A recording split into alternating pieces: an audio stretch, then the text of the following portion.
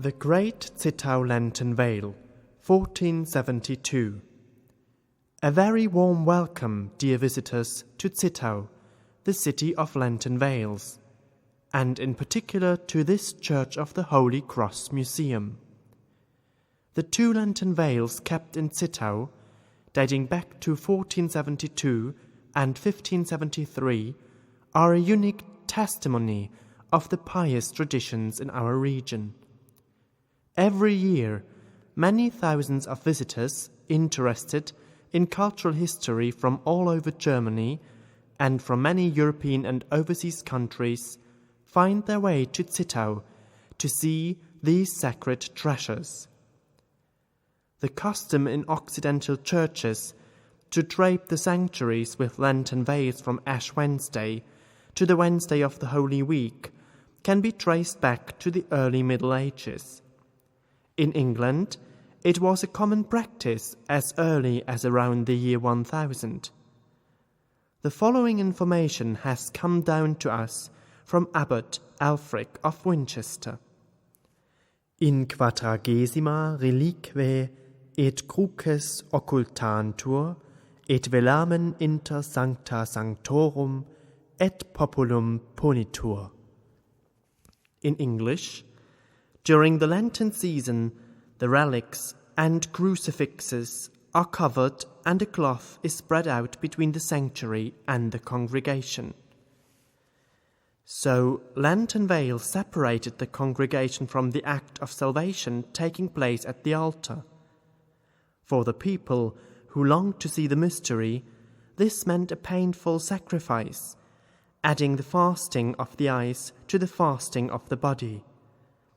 The suspenseful alternation of seeing and covering forms a leitmotif in the history of Christian piety, and it is the context in which the phenomenon of the Lenten veils should be seen. Originally, these cloths, which were also referred to as hunger cloths, were white or purple, the color of passiontide. Initially, only used as coverings, they began to be decorated with illustrations in the Gothic period.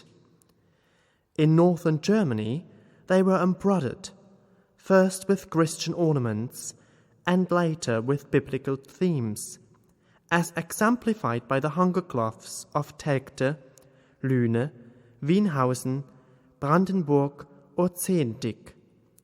In the south, in particular in and around the Alps, the veils are divided into squares like chessboards and painted.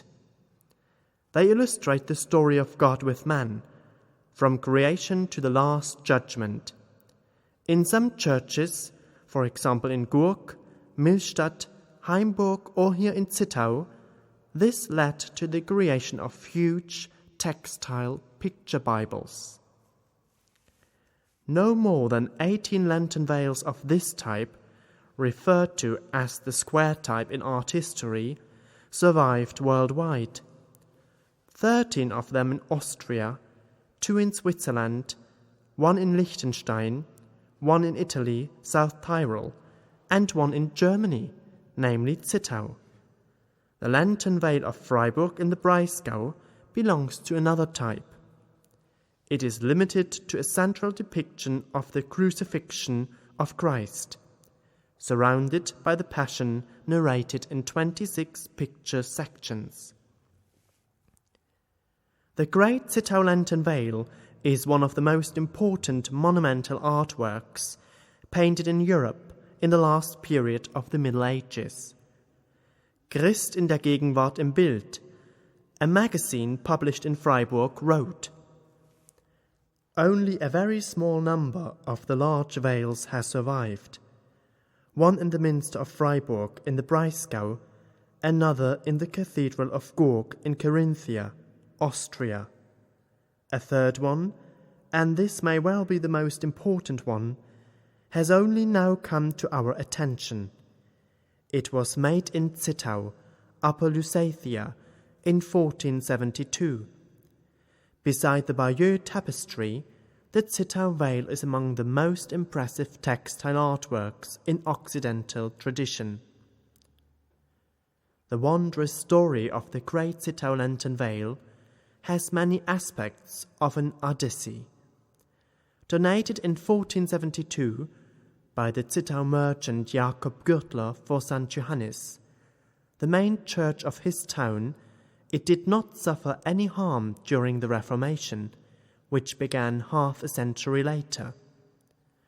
While iconoclasts raged in other parts of Germany, and Martin Luther even wanted the hunger gloves banned from churches as a papist charade, the huge veil continued to mark the Lenten season in Zittau until 1672.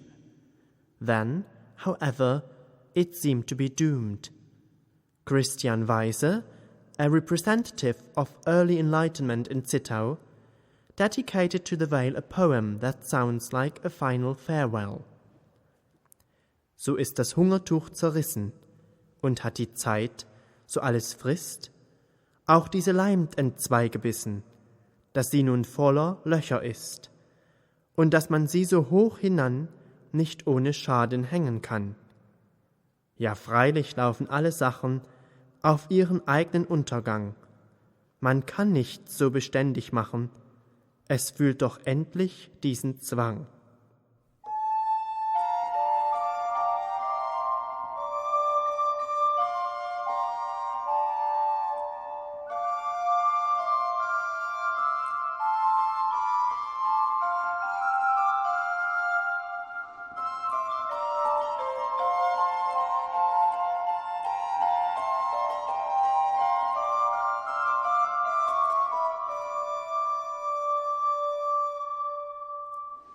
The poem tells of the sorry condition of the veil, with so many holes that further use would destroy it.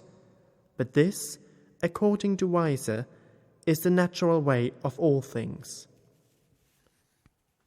Over decades, the cloth lay unnoticed in some corner of the old St. Johannes church.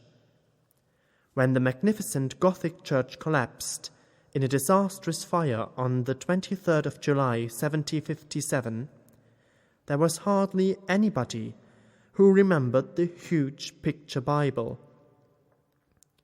Those who knew about it believed that it had burned together with the church. No one was able to say who had carried the lantern veil into the building of the municipal library, probably long before the fire, and tucked it behind a large bookshelf. Did that person act up an inspiration? Or was the veil just in his or her way in the church? Could he not inform anybody because he was one of over 500 victims the fire had claimed? We don't know. The fact that the library was spared by the fire is due to the alertness of a Bohemian journeyman cooper who extinguished a fire at its source in the neighbouring monastery church in time. The librarian had stayed with his books during the firestorm in order to rescue what could be rescued if necessary. During that time, his own house burned to the ground. No one had any idea that the bravery of these men back then saved the great Zittau Lenten Veil. Its discovery by chance behind that bookshelf in 1840 was a sensation, at least for the educated in the Kingdom of Saxony. During the 168 years since Christian Weise had written his farewell poem, a radically new attitude towards the ever scarcer artifacts bearing witness to the Middle Ages had formed. No less a man than King Johann of Saxony asked for the picture Bible of Zittau to be given on loan to the Museum of the Royal Saxon Association for Antiquity in Dresden, where it was to be one of the outstanding sites for 34 years. In the decades to follow, art historians considered it the perfect example of a lantern veil, and it made its way into all art encyclopedias. The background of the decision to bring the Lenten Veil back to Zittau in 1876 remains to be explored in detail.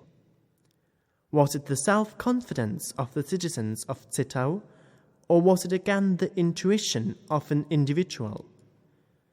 Given the fact that the town meanwhile had a museum of its own, but no room for the permanent presentation of the huge cloth, the decision may well have been controversial. That the retransfer would save the Lenten Veil was beyond people's imagination then. On the 13th of February 1945, the Museum of the Royal Saxon Association for Antiquity in Dresden was destroyed in the apocalyptic night of bombing. At about the same time, the people in charge of the museum in Zittau began to worry about their valuable inventory.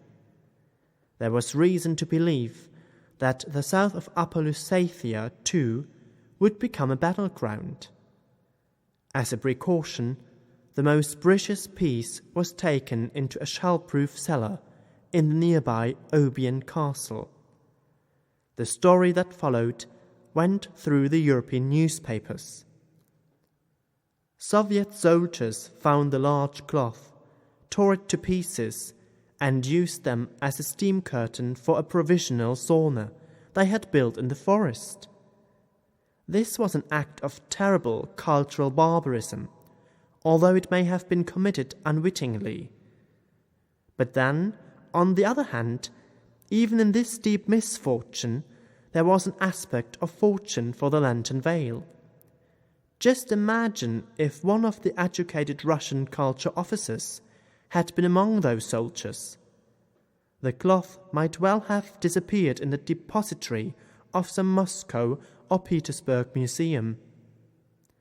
Even if the happily sweating soldiers had come to like their pious picture sauna and taken it with them when they departed, it would have been lost. Instead, they just left it behind in the forest. A little while later, an old man found it as he gathered wood. The fact that he was an art connoisseur and returned it to Zittau immediately may be seen as another stroke of luck. Ashamed of the cultural solecism of those post-war days, the GDR functionaries and officers hushed up the fate of the once so famous Zittau Lenten Veil, and yet it was never forgotten.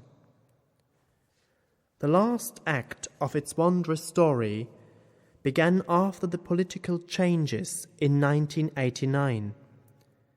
The old citizens of Zittau, who had seen the cloth for the last time during an exhibition in our church in 1933, began to ask out loud where it was. In the meantime, the museum management had passed into new hands. The new director had the pieces of fabric laid out according to an old photograph and the damage documented. Not only had the cloth been torn to pieces in 1945, in the time that followed, the central pictures had bleached out almost beyond recognition. The intensive search for ways to restore the cloth led to the Abeck Foundation in Rigisberg near Bern. Apart from a wonderful museum of historic textiles, the Swiss Foundation operates one of the best textile restoration workshops in the world. Considering the European significance of the great Zittau Lenten Veil, the Foundation Council decided to restore it free of charge. The restoration process started under the leadership of the founder of the restoration workshop, Dr. Mechthild Flori-Lemberg, and ended in 1995, when the pieces were joined together under the direction of her successor, Dr. Regula Shorta. The cloth was presented to great attention from the whole continent at special exhibitions in Rigisberg, Cologne and Zittau, before it came to this Church of the Holy Cross Museum in 1999, where it will be permanently presented in the world's largest museum showcase. The money required for the restoration and conversion of the church came from the Culture Foundation of the German Länder, from the Federal Foundation supporting the preservation of historic monuments, from the Free State of Saxony, and many private donators whose names are recorded in a donator's book presented in the vestry. This unique Gothic single-pillar church, dating from the late 14th century and suggesting the influence of Peter Parler's Association of Church Builders and Artisans, referred to as Dombauhütte in German, is a befitting home for the Lenten Veil.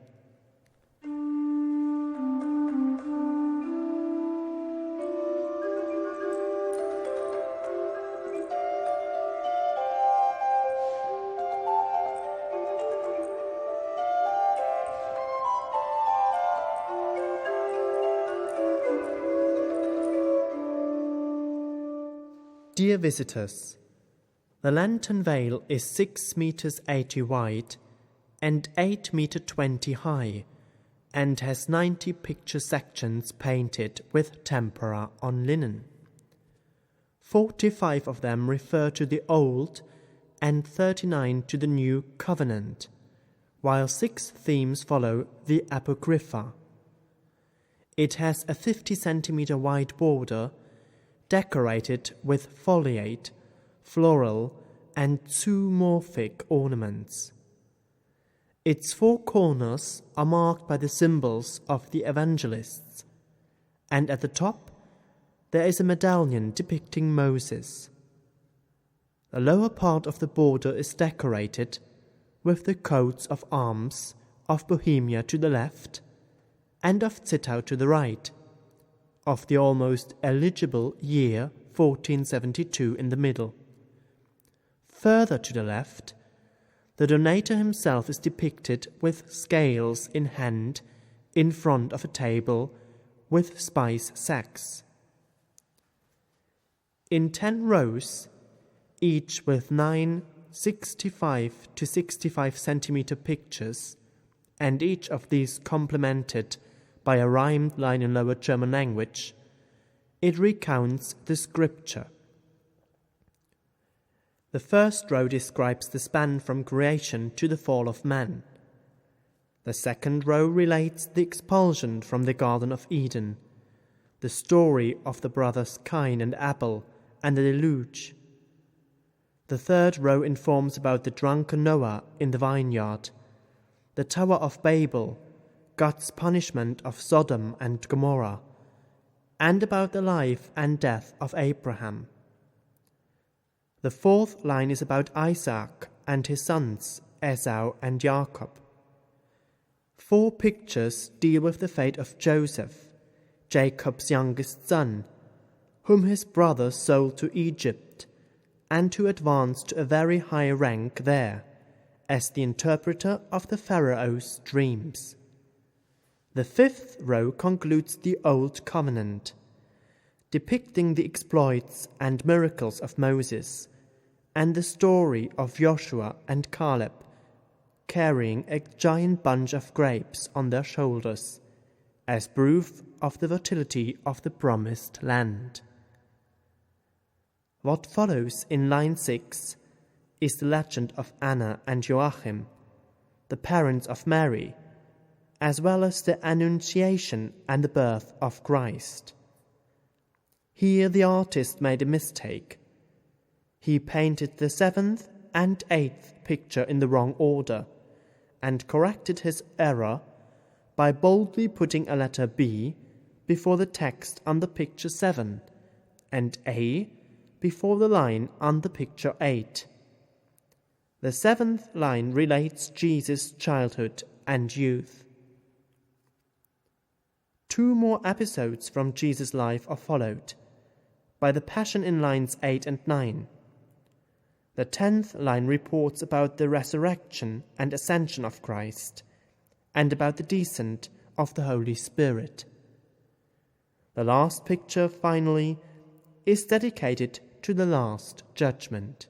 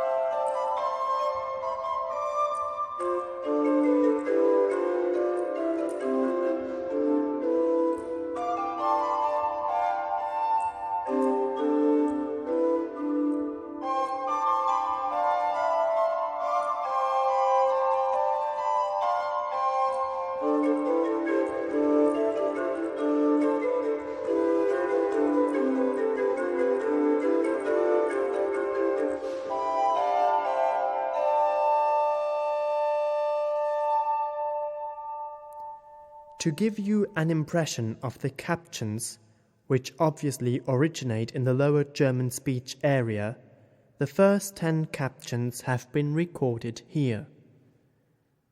Hi schaffte Himmel und Erde Gott, der noch die 4 Element gemocht hat. Allhi schied den Tag von der Nacht, Sonne und Monden der noch macht.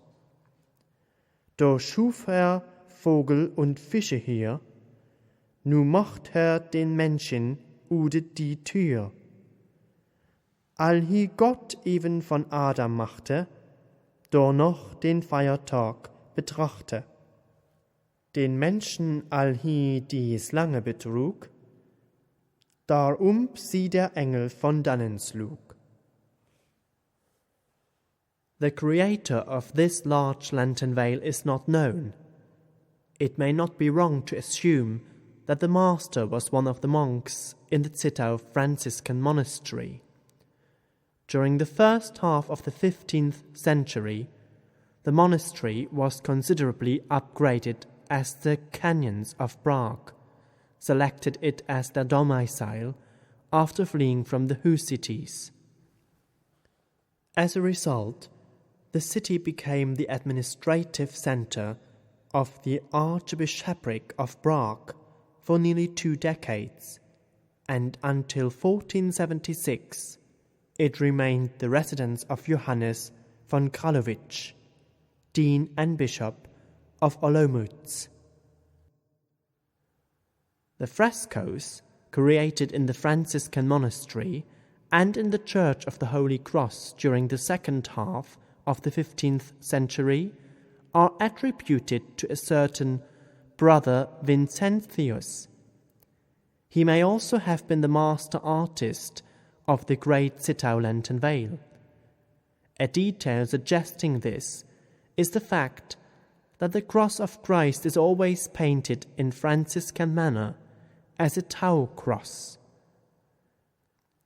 A second lantern veil for St. Johannes was made in 1573 and has gone down in art history as the small Zittau Lenten Veil.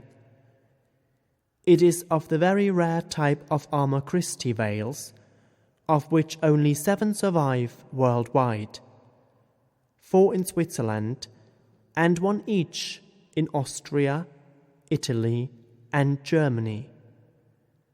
It has found a permanent home in the Museum of Cultural History, in the Franciscan monastery, just a few minutes from here, where it has been presented since November 2005. Make sure to see this treasure of European significance as well. Dear visitors, you will not easily find another artwork in which more than 500 years of history are inscribed as clearly as in the great Zittau Lenten Veil.